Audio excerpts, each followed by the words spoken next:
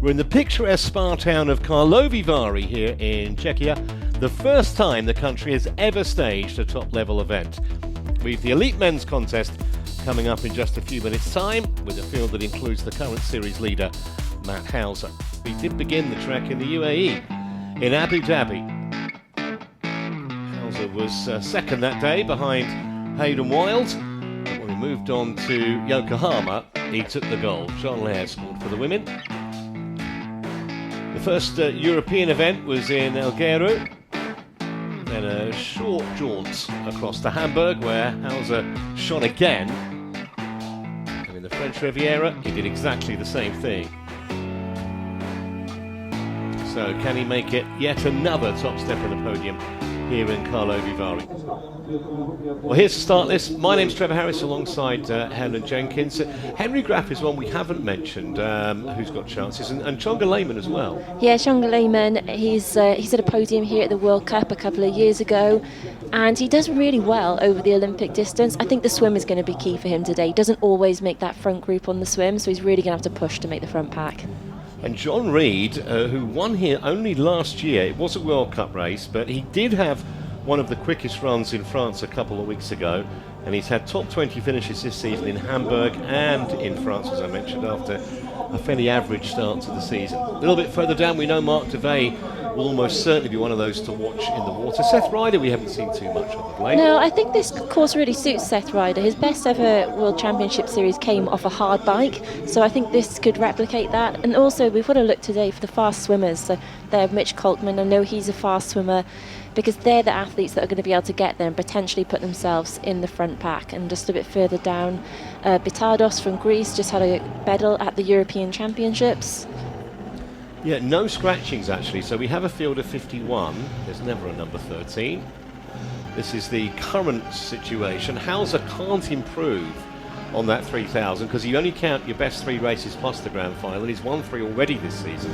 But he wants to tune up ahead of Australia next month in the grand final. Velasa not here, but there is plenty of competition. A little bit further down, I mean, Hayden Wilde's going to finish above 14th unless something extraordinary happens. Obviously he had the injury earlier in the season. So away they go, 50 plus men begin in Karlovy Vary. The big question, can Matt Hauser continue his complete domination of the 2025 season? And I guess when you're in the kind of form that he's in, and there he is front and centre straight away, you kind of, I wouldn't say you feel unbeatable, but there's a confidence kind of surging through your veins. But you get it from him. You can feel it off him, that confidence, and I'm sure he should be confident. I mean, how well he's done this year. It's only Hidalgo that's managed to beat him in Alghero. But even the mixed team relay win for Australia in Hamburg as well. I mean, I feel like that Matt Hauser's confidence is spreading to that Australian team, and he's bringing them up with him as well. And yellow hats are the top 10, so they're the hats we're looking at for our top. There's 4 of them there in a line. We've got a couple in the nearly all of them are near the front. There was one a bit further back, and that could be Hayden Wilde, but you think what Hayden Wilde's come through this year, the fact that he's even swimming at this point is unbelievable. And if you go back and kind of watch his YouTube series, just after he had his crash, and him in the gym, he could barely lift his arm up. He's just practicing lifting his arm up, and now he's back racing at the highest level. So he says his swim's a little bit off, but I mean, from where he's come from, it's an incredible comeback from that accident he had while out cycling in Japan. So pretty much bang on 7.5 minutes as Matt Hauser leads them out.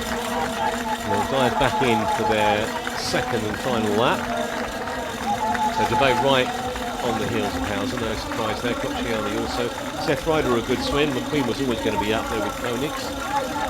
But it's 18 of them within 10 seconds. That is quite congested. Still have not seen Hayden Wilde on that list. He's already, wherever he's going to be, at least 20 odd seconds back of the leader. So Mark Devey has taken over at the head of affairs now. I've lost count of the number of times he's emerged first out of the water in these races. Yeah, just on his feet is, I think it's Cocciani as well. So Devey's been in breakaways all this year. He's really one of the athletes at the front. And you know he's going to give it everything on the bike. He's such a good man to have in that front group. So Devey and Cocciani, they're out 15.25 minutes only. Very, very quick indeed. Hauser right there, just see him coming out, centre of your screen.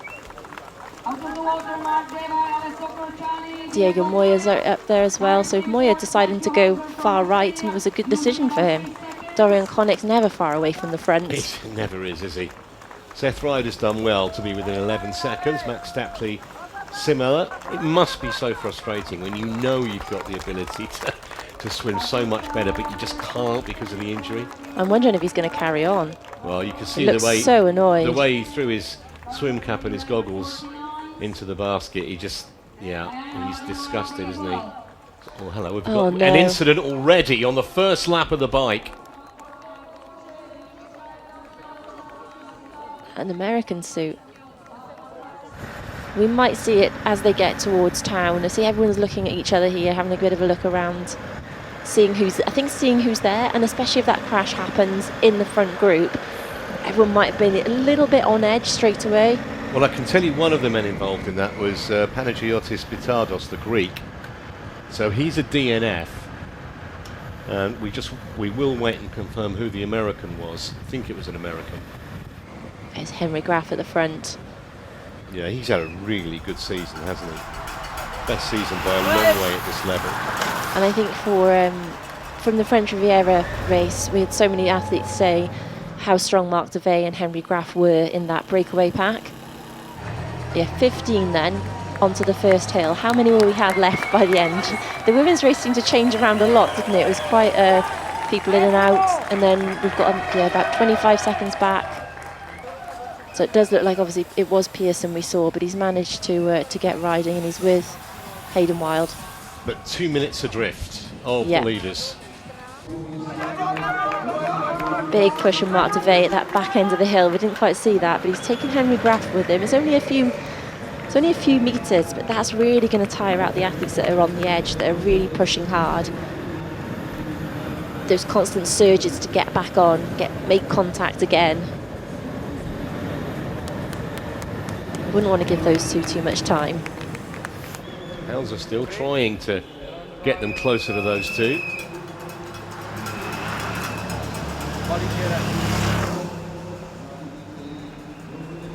Bit of anger and disappointment at how the swim went, but he doesn't give up. It's not in his nature, is it? Remember back in Abu Dhabi a good few years ago, wasn't it? I think he had a mechanical or punctured, and he was way down on the field, but really gave everything to finish. So we've been racing for exactly an hour. It never fails to produce drama and a story. Karlovy Vary elevated for the first time to a World Triathlon Championship Series race from a World Cup. And the story is those two at the moment, along with Hayden Wild being way, way back out the water and effectively losing any chance to get a medal in this race. In that 35 seconds as they came through, let's see if that goes out again on this section, which it has done over the last few laps. They've got another 5 seconds or so. But Taylor Kindle is over to Graf and Devey, so we now have a trio at the front. Look at that gap, it's really come down. Just about to make contact. Yeah, they're going to be one big group in a moment. Yeah, that's Adrian Bruford at the front of the group there, just doing that last bit to close it down.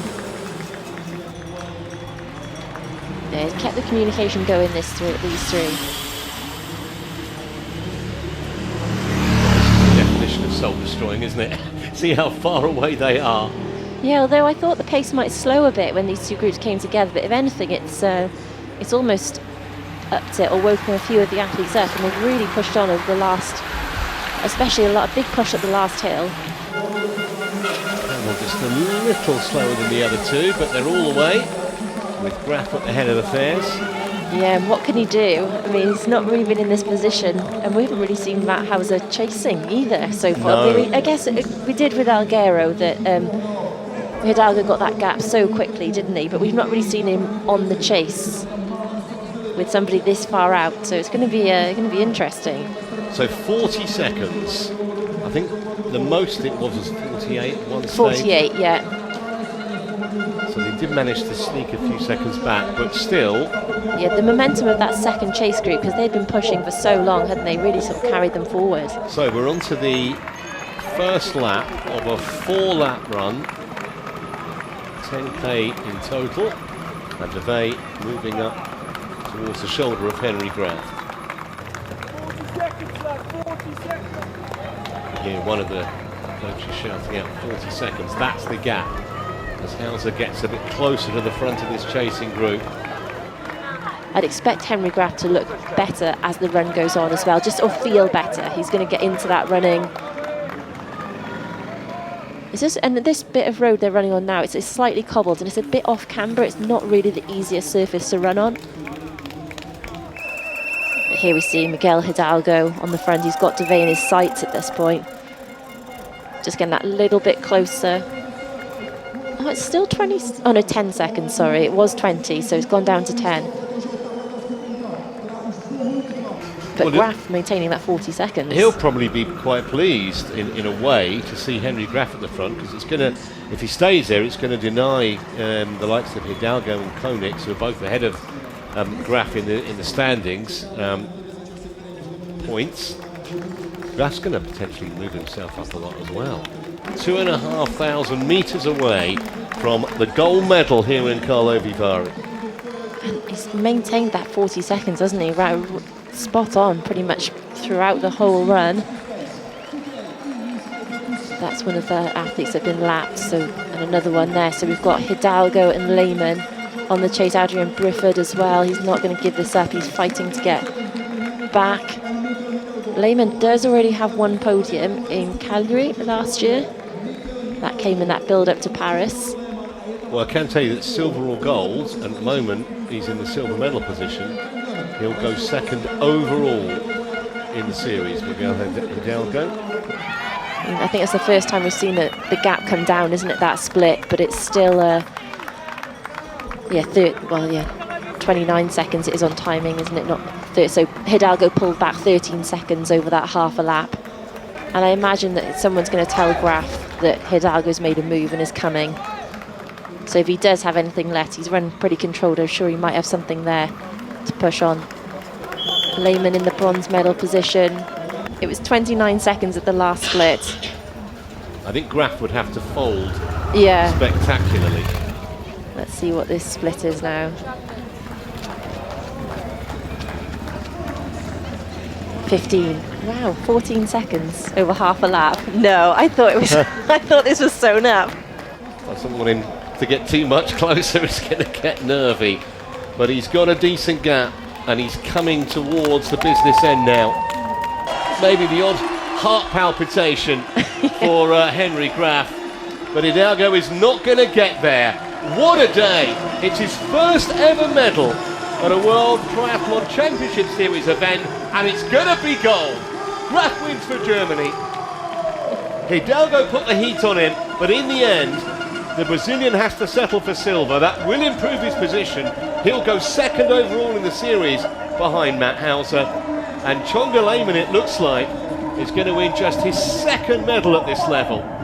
His second bronze. The Hungarian coming home in third, just ahead of the young Brit, Conway. What a performance from him. What a performance. If you see the level of the guys, you often doubt that you have any chance of getting even a podium in a race like this. And yeah, to do it is just unbelievable. I really can't. It hasn't really settled in right now. I think it needs a few days. It's crazy. To be honest, at the end of the bike, my legs were already really tired. And at the start of the run, I wasn't feeling great.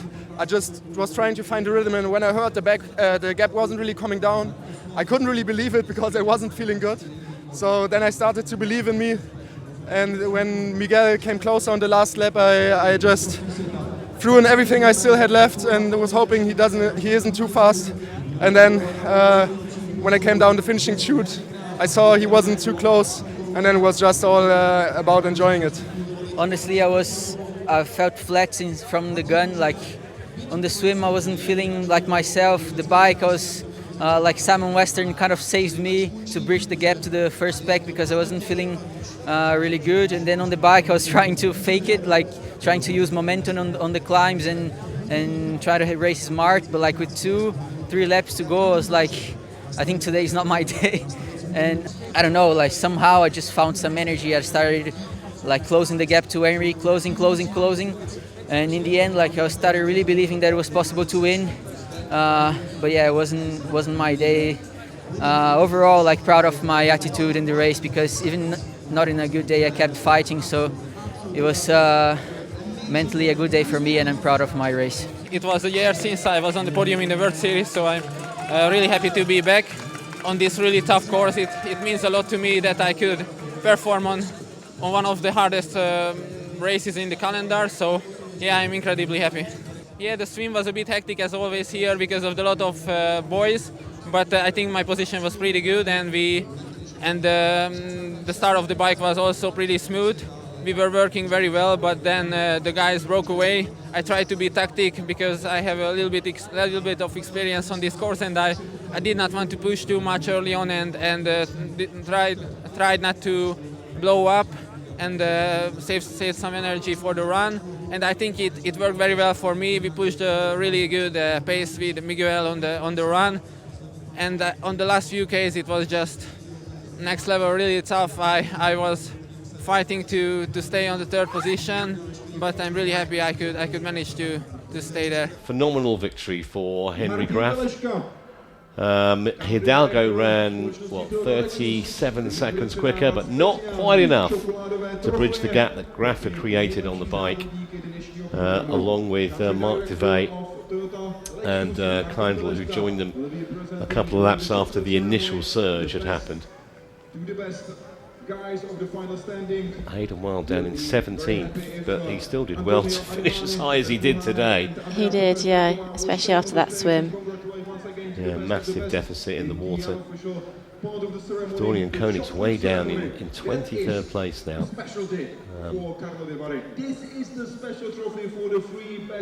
And as ever, there were several DNFs. Yeah, this course brings it, doesn't it? Mechanicals, DNFs, crashes. A lot of athletes getting lapped as well. We knew Hauser was going to be top with the maximum points. Hidalgo moves into second place now, 219 adrift.